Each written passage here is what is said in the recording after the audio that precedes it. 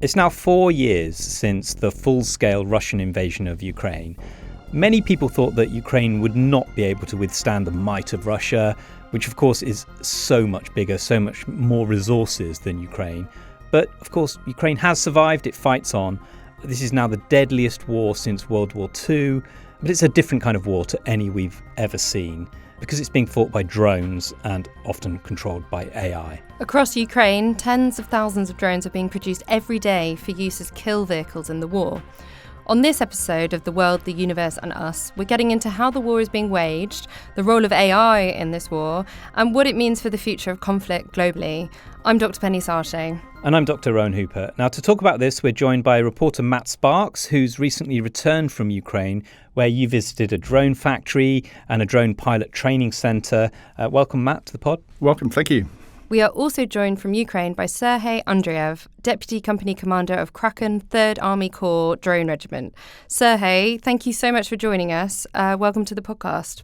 Thanks. Thank you. Now, to start off, I wanted to play a clip from an interview, Matt, that you recorded over there. The speaker you're about to hear is Andrii Hrytseniuk, who runs a government organisation called Brave One, which works to constantly monitor and increase the efficiency of drone warfare. More than 80% of military hits are made by drones now, not by conventional artillery. And here he is. In December, only if you talk about Russian soldiers, the number of confirmed kills of Russian troops, it was more than 33,000 during the month. And this is, it's only using drones, and it's only using video confirmation. Serhii, I wanted to ask you first, can you describe for us what it's like being under a drone attack?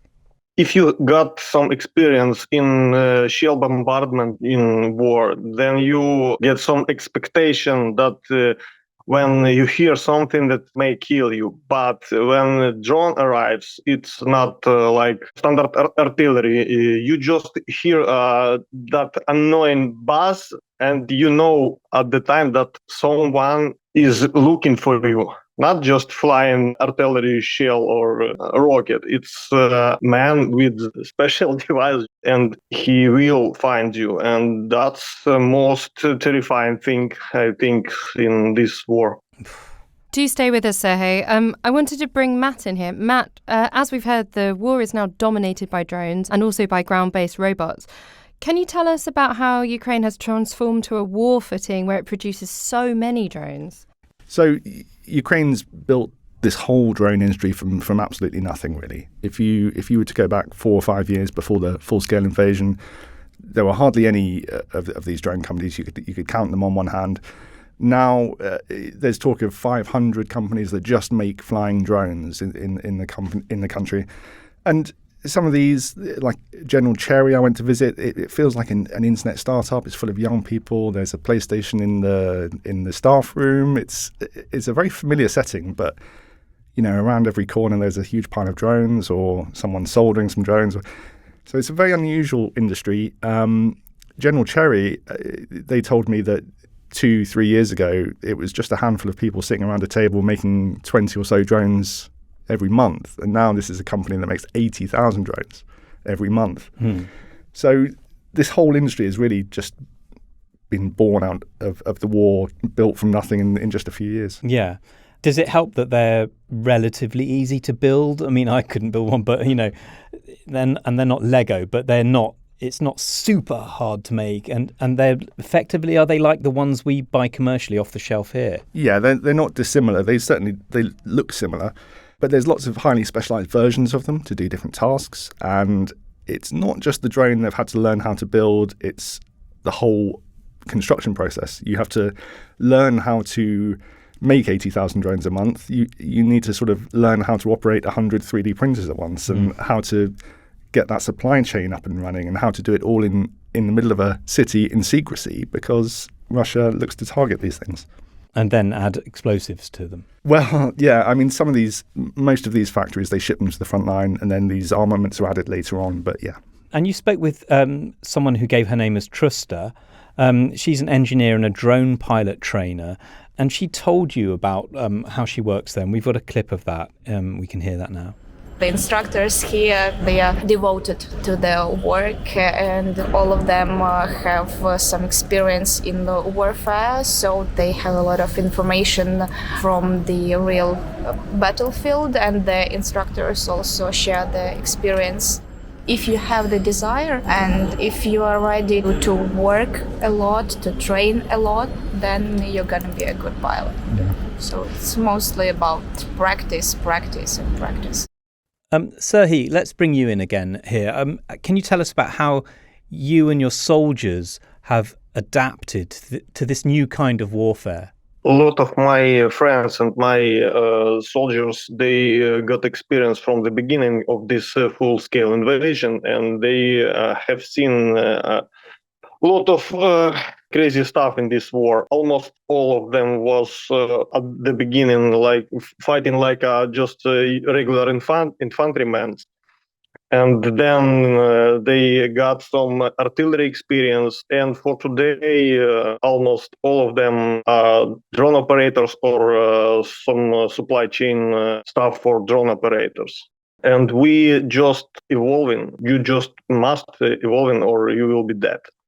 And do you have any sense of what's next? How can you stay ahead of what's coming next and stay one step ahead of the enemy? It's really a complicated moment, enemy evolving too. So it just is this kind of crazy competition between us and them.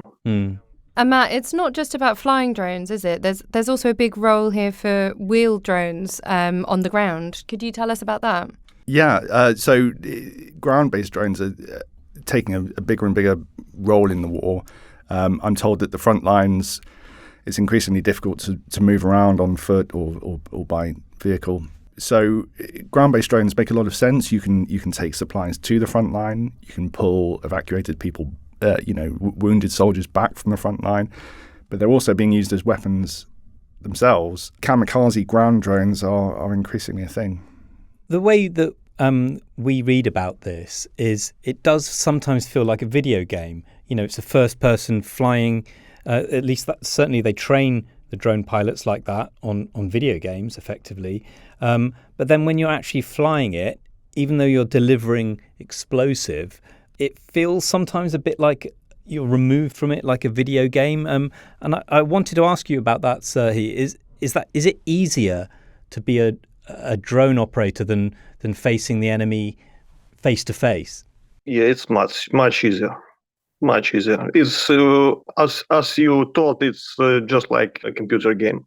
Because Serhii, you said before that the very special fear about coming under drone attack. So perhaps you can tell. It's not like in previous wars we've had people in the US flying a drone that's flying in Iraq, say.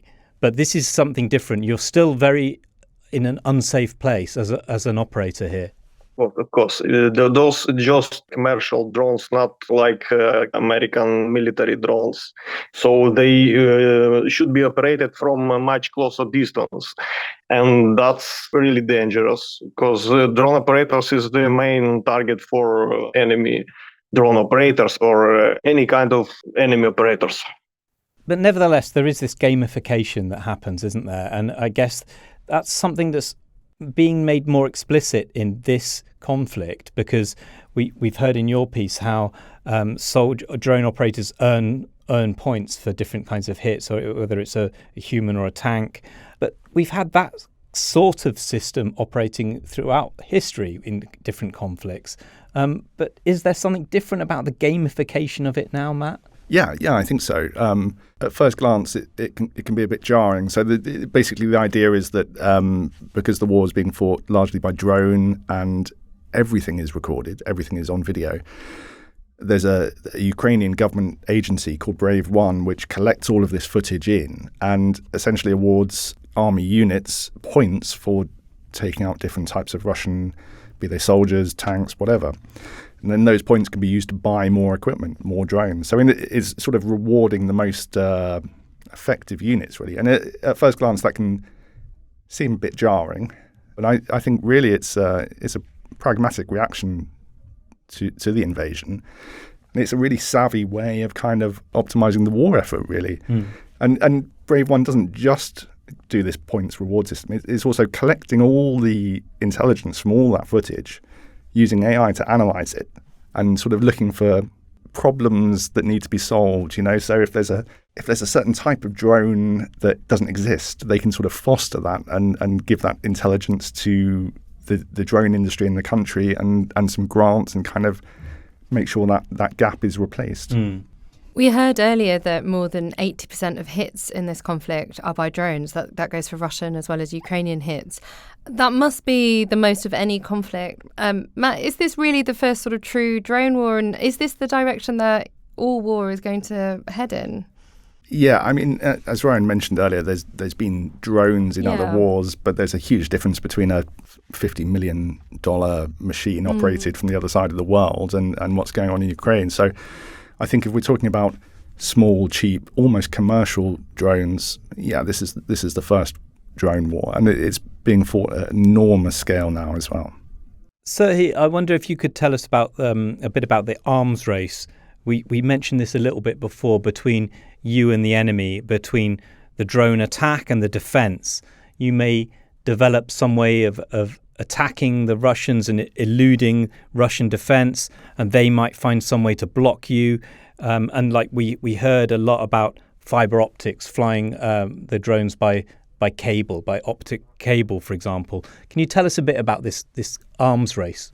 It's like the First World War. You became a bigger gun and your enemy will become a thicker armor. For today and for drone operations, it's like enemy will try to jam your frequencies or will just make some creepy stuff on their infantry vehicles, kind of Mad Max style tanks or vehicles. You see some of this stuff on the internet.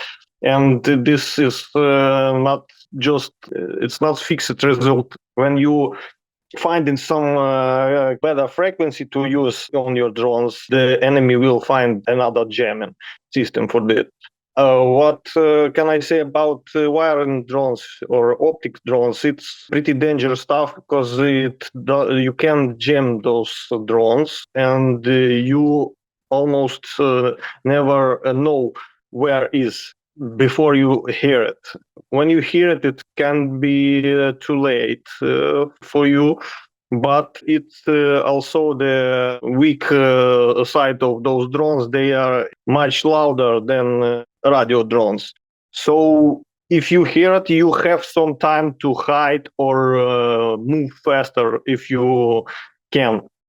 Hundreds and thousands of drones are being flown and destroyed a month. And because of this continual evolution and arms race, those are all made quite quickly, quite recently. This isn't kind of stockpiled equipment. What are the sort of limits around the resourcing of this? How long can it go on? What's the thing that's holding you back from making more? Is there one particular component that is most valuable? For today, this component it's people. It's qualified people. Wow. You must have qualified people on factories or on drone factories. Also, you must have those people in the field. You should find a balance because people is the most valuable thing in this war. Yeah, Penny, you mentioned there something about that you can't stockpile these things, and that's because they become out of date very quickly. Either the frequencies change, something changes. So this is different to previous wars when you can stockpile artillery years in advance, and we can't stockpile drones. It's constantly you're having to work on the edge of things all the time. You never know if they can find some miracle device that next weekend all of those drones can just follow the sky and that's it. And you don't have any warranties if it will be so or not. For today, it's very difficult to stockpile those drones because we are in war. And when you are in war, you don't make stockpiles. Matt, you're a technology reporter for us. You've covered all kinds of things, commercial drones, robots. With this sort of pace of innovation, is it just about jumping between frequencies and finding new ways to jam? Or when you were out there, were the drones you were seeing significantly different from the kinds of things you've seen before? The bulk of them are fairly familiar sort of FPV drones, like you would see commercial drones. But there is a lot of innovation going on. You know, we saw sort of rocket-shaped interceptor drones, which are designed to attack incoming Russian drones, and they take off vertically, tilt horizontally, and then they can reach 300 kilometers an hour. So that sort of thing is being worked on really, really rapidly. And also, the incoming Serhii drones have a certain amount of AI guidance, so they can evade interceptor drones. So the interceptor drones have to have similar sort of algorithms, and these algorithms are always being tweaked. So you've got this kind of autonomous war going on. Then there's other types of drones. Smaller drones have less range, can carry less payload. So you have this concept of large mothership drones that have smaller drones attached, so they can travel to the front line and then attack different targets. So there's a lot going on. Part of it's about scale, part of it's about innovation. And you mentioned the Serhii drones that the Russians are deploying, the Russian army. Is there a similar amount of innovation? Are they using the same kinds of drones, or is it different? No, that's much different. So a Serhii is it's over 2 meters tall. It's a triangular shaped. It looks more like a plane than a drone. It's very cheaply made, but then it doesn't have to be particularly fancy. And they're extremely long range. They sort of make a sound like a motorbike. They've got a small, sort of essentially a motorbike engine on the back. And these are things that kind of cruise in from Belarus or from Russia and hit targets in Ukraine. So Ukraine's deploying everything from, fighter planes to machine guns to interceptor drones to kind of knock those out of the sky before they reach their targets. And looking to the future, Serhii, I mean, Ukraine is now an expert in drone warfare. You're going to be able to sell that advice, sell that knowledge that you have to other nations. Yep, we must make so, because the enemy is not just near us. The world is complicated for today. We'll leave it there. Many thanks to Serhii Andriev for your time, and thanks, Matt Sparks, for joining us too. We'll be back next week. The YouTube version of the show is now on its own dedicated YouTube channel. It's youtube.com/@theworld, the universe and us. So do subscribe, please.